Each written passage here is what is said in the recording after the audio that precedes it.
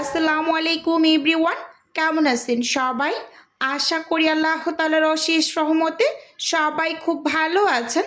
আলহামদুলিল্লাহ, আমিও ভালো আছি। আজকে আমি আপনাদের সাথে শেয়ার করব অর্ডারের চিকেন সিঙ্গারাগুলো আমি যেভাবে রেডি করে ডেলিভারি করি এবং এক পিস চিকেন সিঙ্গারা আমি কত টাকা করে সেল করি এবং কিভাবে ফ্রোজেন করে ডেলিভারি দিয়ে থাকি। এ টু জেড আমি আমার আজকের এই ভিডিওতে দেখিয়ে দেব। আশা করি ভিডিওটি আপনাদের ভীষণ ভালো লাগবে এবং উপকারেও আসবে।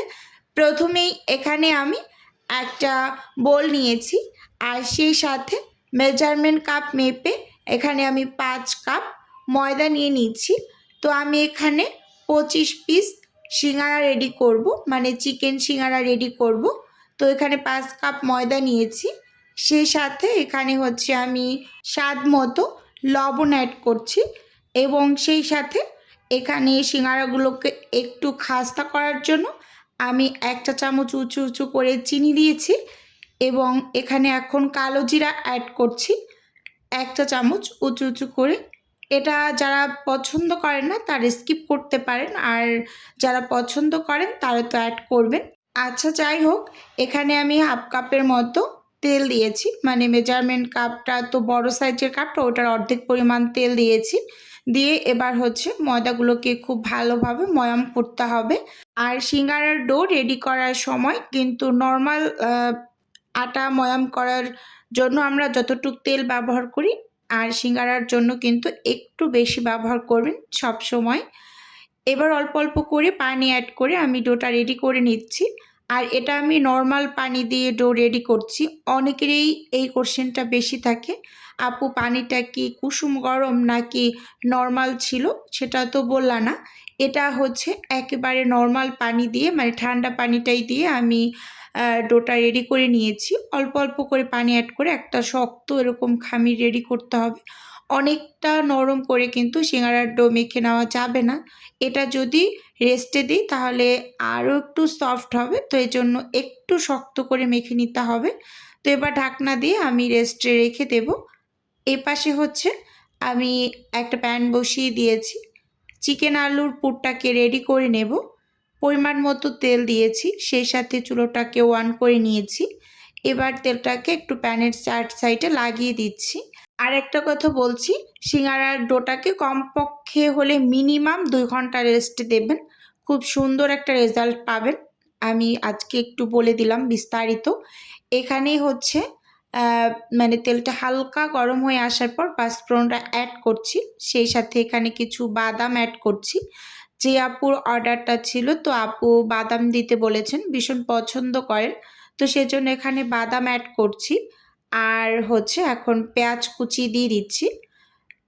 খুব বেশি তেল গরম করে এর মাঝে কখনোই পাঁচফোড়ন দিতে যাবেন না, তাহলে কিন্তু পাঁচফোড়নটা পুড়ে যাবে, তেতো লাগবে খেতে।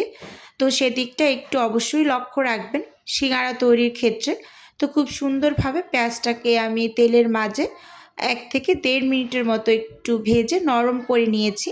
তো এই পর্যায়ে এখন আমি এখানে আদা বাটা রসুন বাটাটা অ্যাড করছি। 1 চা চামচ করে দিয়েছি আদা এবং রসুন বাটা 1 চা চামচ এবং আদা বাটা 1 চা চামচ দিয়ে খুব ভালোভাবে একটু এই তেলের মাঝে ভেজে নেব, যতক্ষণ না পর্যন্ত আদা আর রসুনের যে একটা কাঁচা স্মেল থাকে সেটা চলে যায়।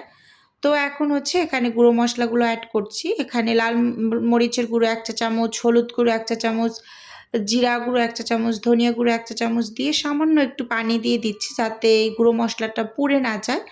তো এখন এখানে আমি হাফ চা চামচ গরম মশলার গুঁড়োটা অ্যাড করছি। আপনারা চাইলে এটা স্কিপ করতে পারেন, মানে আস্ত গরম মশলাটা দিতে পারেন। খুব বেশি পরিমাণে কখনোই সিঙ্গারার ভিতরে গরম মশলা দিতে যাবেন না, তাহলে সেটা কিন্তু খেতে খুব বেশি একটা ভালো হয় না, যেহেতু পাঁচফোড়নের খুব সুন্দর একটা ঘ্রাণ থাকে, তো গরম মশলায় কিন্তু সেটা নষ্ট করে ফেলে। তো আজকে বললাম না, একটু মানে ক্লিয়ার করে বলে দেই। তো এখানে হচ্ছে মশলাটাকে ভালোভাবে আমি কষিয়ে তেলটাকে উপরে উঠিয়ে নিয়েছি।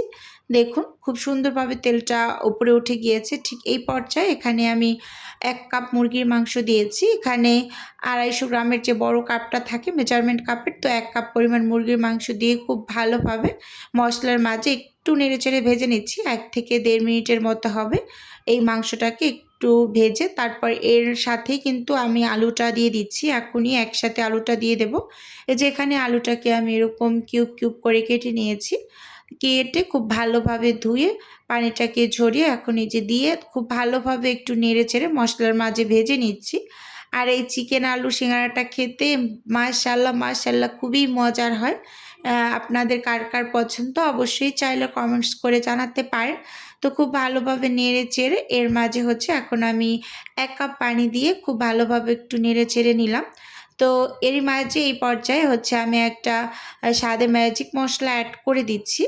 আর চুলার আঁচটা কিন্তু মিডিয়ামে রেখেই রান্নাটা করে নিচ্ছি। তো স্বাদে ম্যাজিক মশলাটা অ্যাড করে তারপর আমি লবণটা অ্যাড করছি। যেহেতু স্বাদে ম্যাজিক মশলার সাথেও লবণ থাকে তো এজন্য কিন্তু লবণটা প্রথম অবস্থায় ব্যবহার করিনি।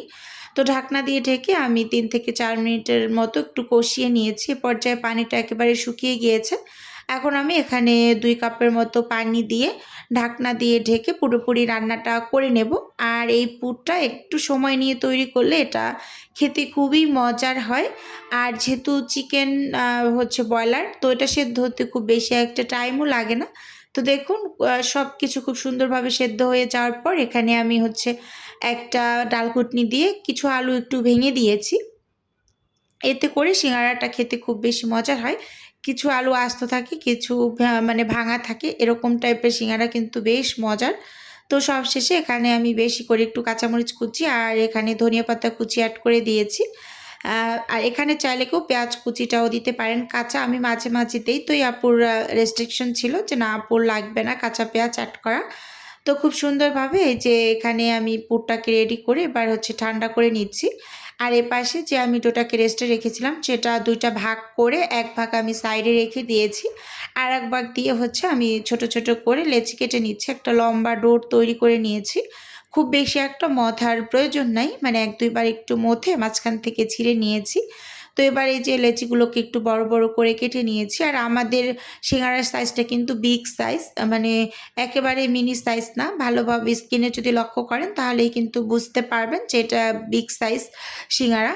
তো এবার এখান থেকে একটা লেচি নিয়ে আমি উপর থেকে কিছু শুকনো ময়দা ছিটিয়ে এখানে আমি একটা লম্বা টাইপের রুটি রেডি করে নিচ্ছি। আর রুটিটা কিন্তু অবশ্যই লম্বা করে বেলে নিতে হবে।